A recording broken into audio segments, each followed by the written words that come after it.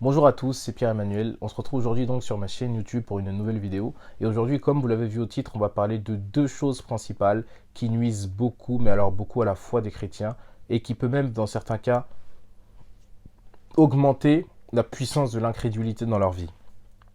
Et j'aimerais commencer tout de suite par la première. Vous savez, une des choses que souvent ma grand-mère me disait, c'était qu'il y avait plusieurs choses qui pouvaient faire tomber un homme. Et ça, c'est un conseil voilà, de grand-mère. Et elle me disait souvent, c'est l'argent la première. Et la première des choses qui peut vraiment toucher la foi d'un chrétien dans ce monde, d'un chrétien né de nouveau, c'est réellement l'aspect financier. Pourquoi? Parce qu'aujourd'hui, le monde entier fonctionne sur un système qui est monétaire. Nous avons besoin de finances pour tout faire. Nous avons besoin de finances pour manger, nous avons besoin de finances pour nous nourrir, nous avons besoin de finances pour avoir un toit, nous avons besoin de finances pour pouvoir boire de l'eau, nous avons besoin de finances pour tout et n'importe quoi. Le monde est régi aujourd'hui par le capitalisme et par le fait de devoir payer quelque chose pour avoir accès à d'autres choses derrière. C'est ainsi que fonctionne le monde. Aussi, très souvent, lorsqu'il arrive que les chrétiens n'aient pas forcément beaucoup d'argent, lorsqu'il arrive que certains chrétiens n'arrivent pas à être à l'aise financièrement ou même juste stables financièrement, alors la foi commence à baisser. C'est vrai Seigneur, tu me dis que les finances sont à toi, tu me dis dans la parole de Dieu que l'or et l'argent t'appartiennent, mais comment ça se fait que je n'en ai pas assez? Comment ça se fait Seigneur que tu ne pourvois pas? Tu as dit dans ta parole que tu allais pourvoir à tout ce dont j'ai besoin. Pourquoi est-ce que Seigneur je ne le vois pas? Et c'est dans ce genre de situation qu'on se demande, mais est-ce que ma foi me sert réellement à quelque chose? Parce que le temps que je passe à l'église, le temps que je passe à investir, le temps que je passe peut-être à jeûner, à prier, est-ce que cela va me rapporter de l'argent? Est-ce que cela va quand même me permettre de vivre? Alors là, on est confronté à un mur pour le premier sujet. C'est que on se dit, mais je fais tout ça, est-ce que finalement, ça me sert réellement à quelque chose? Oui, oui et non. Pourquoi? Parce que trop souvent, nous confondons deux choses qui sont essentielles dans la vie chrétienne. Il y a les principes de Jésus et il y a la vie avec Jésus. Comprenez, vous n'êtes pas obligé de suivre Jésus-Christ, de vivre votre vie avec Jésus pour appliquer ses principes. Les principes de Jésus sont les mêmes pour tout le monde. La vie avec Jésus est un choix personnel.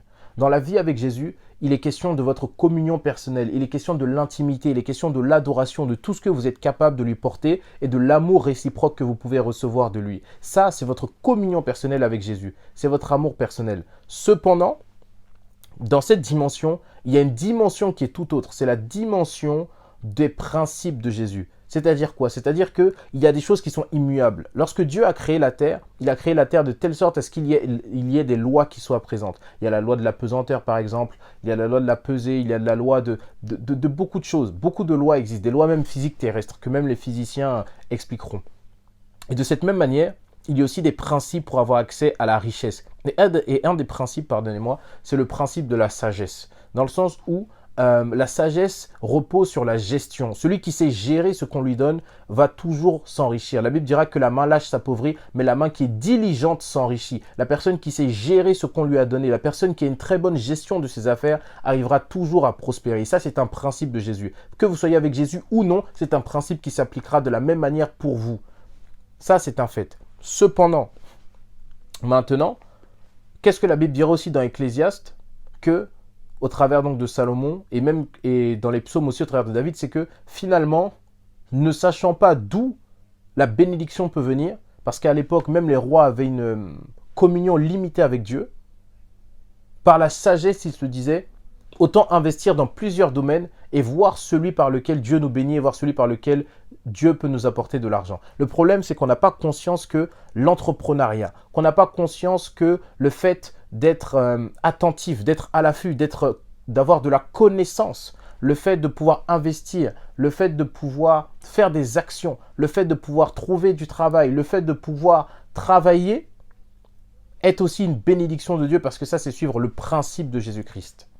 C'est une grâce et c'est ce qu'il faut faire pour avoir de l'argent. Et pourquoi est-ce que je disais oui et non tout à l'heure? Parce que donc là, je viens bien de dissocier les deux. Oui et non parce que si vous passez vraiment du temps dans la communion avec Jésus-Christ, vous allez vous rendre compte d'une chose, c'est qu'arrivé un moment, Dieu vous donnera des idées. Dieu va vous inspirer afin que vous puissiez vous-même par la suite trouver des idées, trouver des plans, trouver des business, trouver une manière de fonctionner afin que l'argent puisse venir et que vous puissiez vous occuper de vous-même et que Dieu lui-même puisse se réjouir dans ce que vous avez trouvé un filon d'or. C'est une grâce que Dieu vous fait. Donc, la première des choses, c'est l'argent. Mais avec la puissance du Saint-Esprit, on arrive à régler ces choses-là. Et la seconde, c'est les relations avec les autres. Quand je parle de relations avec les autres, c'est relations avec les amis, relations avec les autorités dans l'église, relations même amoureuses, sentimentales, toutes sortes de relations. C'est le type de situation et c'est le type d'inconvénient qui potentiellement fait le plus mal. Parce que parfois, on place tellement une grande confiance et un grand amour dans les autres que lorsque ces autres personnes-là, qui sont peut-être des autorités spirituelles pour vous, qui sont peut-être des pères spirituels, qui sont peut-être des personnes que vous estimez des mentors, des coachs, qui vous déçoivent, vous pouvez même en perdre la foi et vous dire, mais est-ce que c'est alors ça que je suis venu trouver ici? Et même dans le domaine de l'amour, il y a des personnes avec qui se sont connues avant le Seigneur et qui, après le Seigneur, malheureusement, ont déchanté, ont vu un visage différent de la personne avec laquelle ils étaient avant.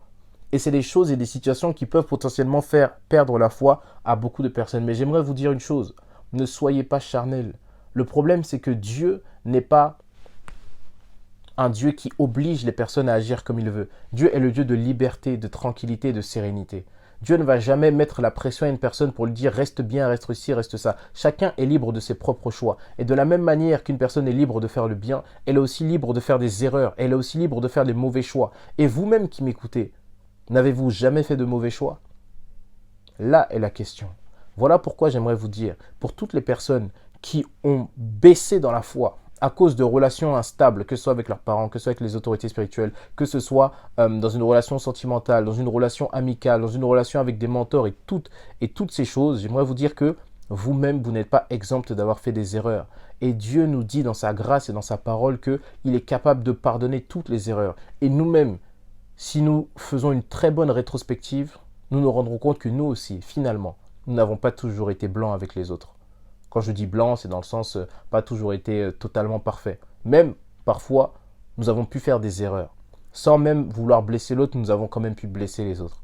Voilà pourquoi j'aimerais vous dire que cette chose n'est pas une raison suffisante pour attaquer et toucher votre foi. Et j'aimerais juste prier pour vous que Dieu puisse réellement mettre un baume autour de votre cœur. Que toutes les personnes qui ont été blessées à cause d'une église, blessées à cause d'un père spirituel, blessées à cause d'une relation amoureuse, blessées à cause d'une relation amicale, blessées à cause d'une relation sentimentale, puissent être maintenant relevées dans le nom de Jésus-Christ. Je prie que le vent du Saint-Esprit de Dieu vous entoure et vous fasse du bien, vous restaure. Et je prie que vous puissiez regarder le monde avec un œil nouveau et que ni les finances, et que ni les mauvaises relations, et que ni les déceptions ne puissent vous faire rétrograder et retourner en arrière. Je déclare sur vous les ailes du Saint-Esprit qui vous prennent et qui vous poussent à un niveau plus haut. Dans le nom précieux du Seigneur Jésus. Amen. Soyez bénis. Ne laissez pas le diable se réjouir à votre sujet. Soyez sereins et en paix. Soyez bénis.